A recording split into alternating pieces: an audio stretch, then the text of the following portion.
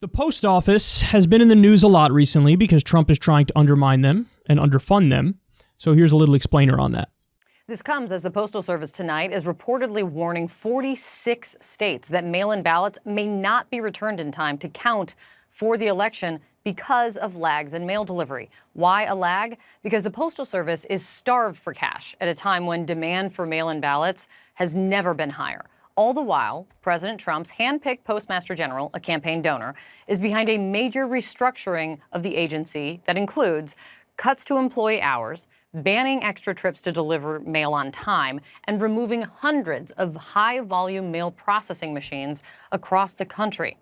All of these moves will very likely lead to even more log jams, something the Postmaster General admitted in a letter to employees, saying this: "Unfortunately, this transformative initiative has had unintended consequences that impacted our overall service levels." The president today says he'll continue to oppose $25 billion in funding for the Postal Service unless Democrats give in to his demands.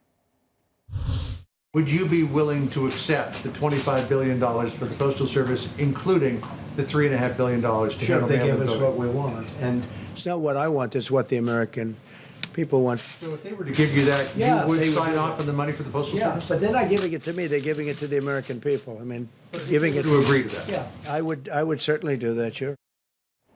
It seems more than clear now he has no desire to allow this to happen because he said the quiet part out loud yesterday.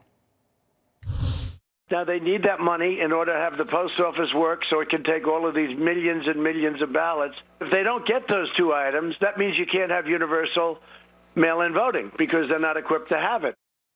So look, there's no way to know for sure if one party benefits more than the other from vote by mail, but it's crystal clear one party is more willing to consider it. A new Monmouth poll this week found that 72% of Democratic voters were either very or somewhat likely to vote by mail, compared to 65% of Republicans who said they were not at all likely to do so.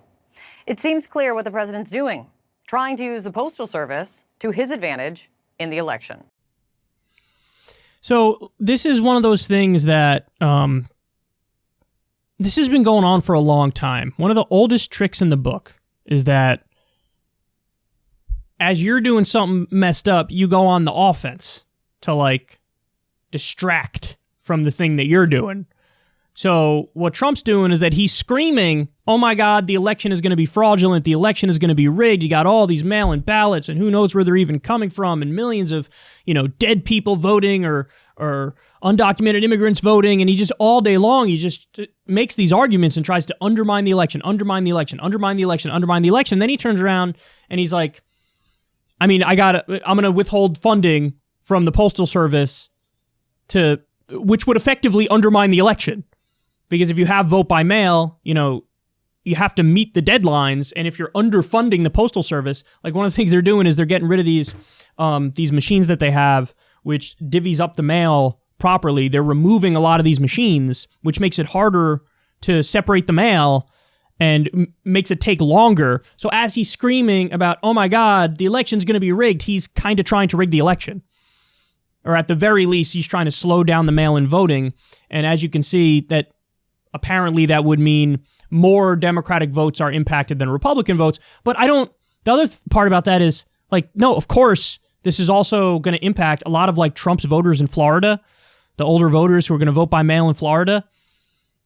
Like, that's going to impact them, too. So, in some ways, he's shooting himself in the foot.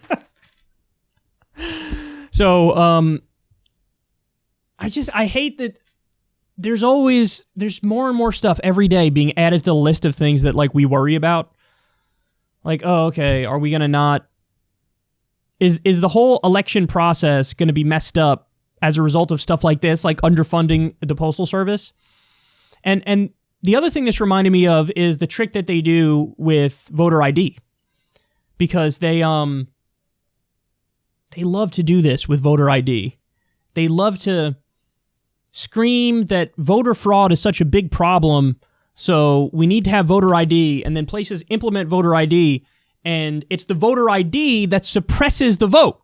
So they're the ones who are messing with the election, as they wrongly say the election was wrong previously because we didn't have voter ID, and so there was like widespread voter fraud. There wasn't widespread voter fraud, but then they put in voter ID, and what happens? People who are very poor, low income, usually minority communities, many of them don't end up having the necessary ID, and so then their votes don't get counted, and then that's the real election tampering, is that you're trying to suppress the vote by putting more and more hurdles in people's way. Back in the day, it was just more brazen, whether it's a poll tax or whether it's a poll test.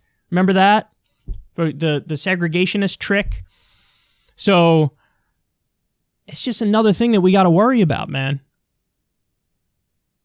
And apparently, like, I was reading about this over the weekend, and there's been a war on the post office for a long time, and it's from corporatists in both parties. It's from neoliberal privatizers in both parties. In fact, Biden and Obama were going down that path and, picking people for the post office who are neoliberal crusaders. And Bernie had to block them, had to stand up for the post office, and he stood with the unions, and he fought back against them. So this is a scourge in both parties, where you have people who really ultimately want to privatize the post office, and they move in that direction, and one of the tricks they use is to undermine it like Trump is doing. But I think Trump thinks it also has the benefit of it would help him for the election if he were to do this. So it's ugly, man. I would just like to go one day without learning about a new thing that is terrifying.